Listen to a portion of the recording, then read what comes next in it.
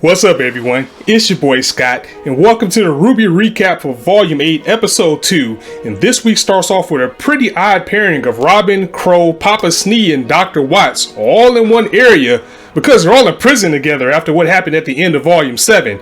And there's a lot of finger pointing going on there too. That was the majority of the beginning of the episode, while Crow just sits there and sulks. And I always feel so bad for Crow, and I may feel worse for him now because we saw him go through such a major transition just from the beginning of when we first met him all the way up to Volume 7, to where he was no longer that drunk uncle that you worried about anymore. He was on the path of sobriety. He was actually feeling good about himself. He was feeling like, you know, maybe I can just beat this bad karma thing, which is literally my semblance.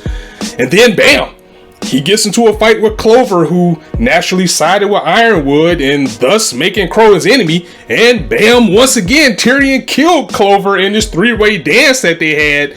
And even though Tyrion was a person that dealt the killing blow to Clover, Crow, he kind of feels responsible, and that's something that's weighing on him very heavy right now, because Crow and Clover, they begin to build a relationship, and a good friendship, a good relationship was something that Crow hasn't had for quite some time. And now that's all snatched away from him again, and it looks like we are probably on the path of him just being sulking, drunk, carefree, careless Uncle Crow that we knew. And I just feel bad for him because he's fought so hard to climb out of that.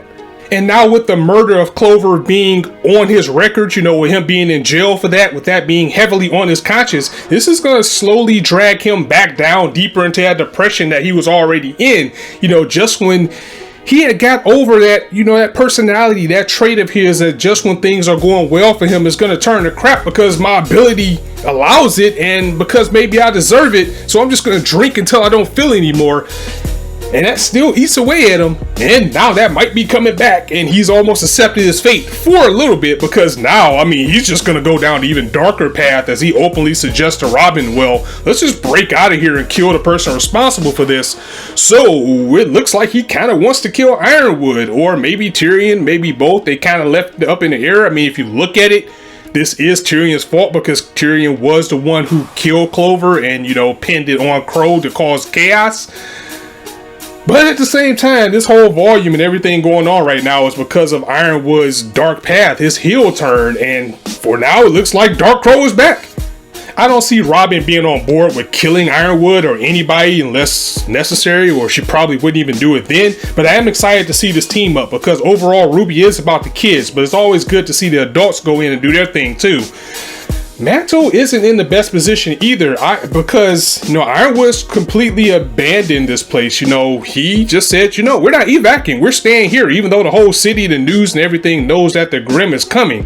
Thankfully, the remnants of Robin's cause, along with Yang's side of the team, is working to evacuate the people back into, you know, Crater, trying to get them to safety. And they got some cool motorbikes to boot, so it was good to see a little bit of happiness. RWBY always keeps that happiness no matter how dark it gets. It was kind of cool for Yang to see that, and, you know, she's just back at home on her bike. That was an upside of the episode.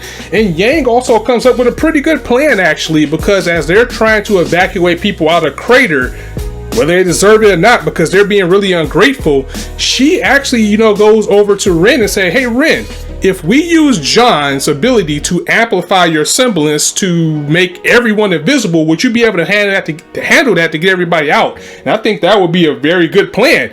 It's gonna take a lot of toll on Ren, but it's a good plan nonetheless because you can essentially have everyone invisible. And shouts out to Ren and John as well, because you've seen these characters grow. We're seeing them get more adept with their abilities. We're seeing them in this short time become masters of what they are. For a while, John didn't even know what he was capable of. Now he knows that he's the resident buffer of the team. He makes everybody around him better. Essentially, he's the Captain America. And you know, you have Ren, who as well, he just found out what his ability is and what he can do.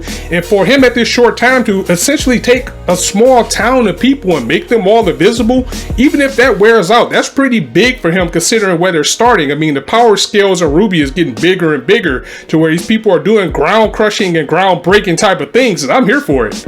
I feel like resentment is also a big driving point in this volume when we catch up to the RWBY side of things and her plan to get the access codes to launch the evac. Once again, we see that Penny's feeling a little bit down about the infighting, as she should. I mean, especially among the adults. That's the thing that she's bringing home. Like, when the chips are down, when the times are dark, we're supposed to look up to the adults. We're supposed to look up to, Ozpin, Ironwood. We're supposed to look to the adults to get us out of these jams, and now they're the main ones doing the fighting, and she's really down about that. And even though Penny's a robot, she's beginning to express human emotions more and more and more back to the Penny that we knew. And that's kind of interesting because she's a robot and she can do that. And I think we saw signs of that. Apologies, I don't remember. I think we saw signs of that before she became the actual Winter Maiden. And now that she's actually developing these feelings, she's becoming more human per se. This type of thing is bringing her down, even with more responsibility. She even says herself, I am supposed to be the shining light. I'm what the people looked up to. I was supposed to be the light of mantle.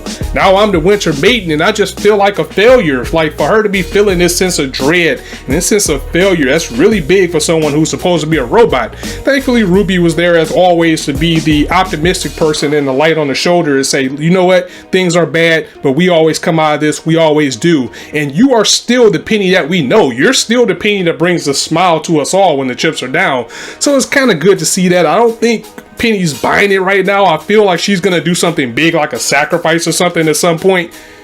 But I don't know. It's just like, well, just talking about with Crow, how he's feeling down now on himself, how we have this with Penny now. You got the infighting between Team RWBY. The division that we're starting to see in this volume, and just resentment. Again, resentment just seems to be a big thing as we head into these early episodes of this season.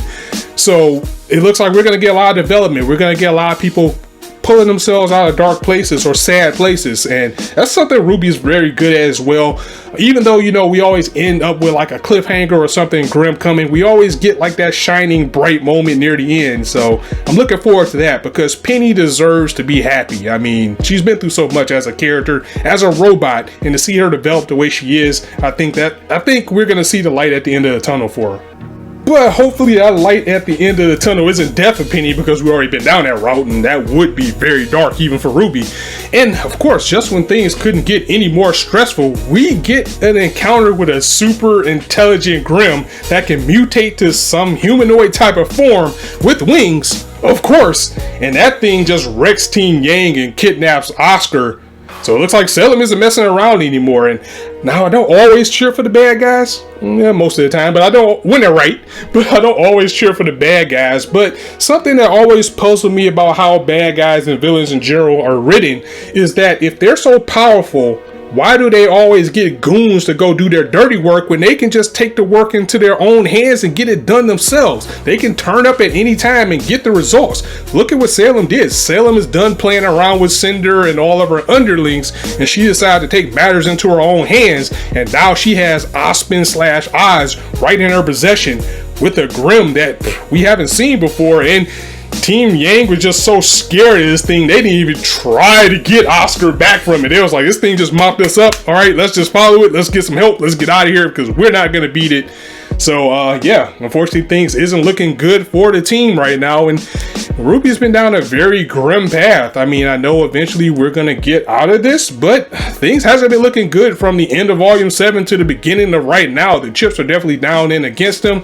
Once again, I'm going to champion about this until we get it. We need to see the rest of the teams back. I know last season we saw Team Funky, but come on, we need to see everybody else. We need all hands on deck for this thing. Hopefully that's what it's leading to.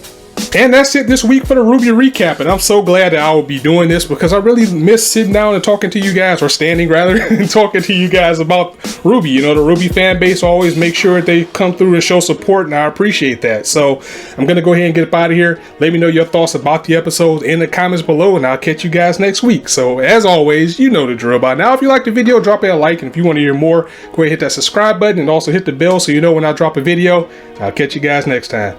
And also, you know, shameless plug, catch me on Twitch as well for some gaming goodies as well. I'm also streaming on Twitch every now and then, so you can get the link in the description. On that note, it's your boy Scott signing out. See you soon.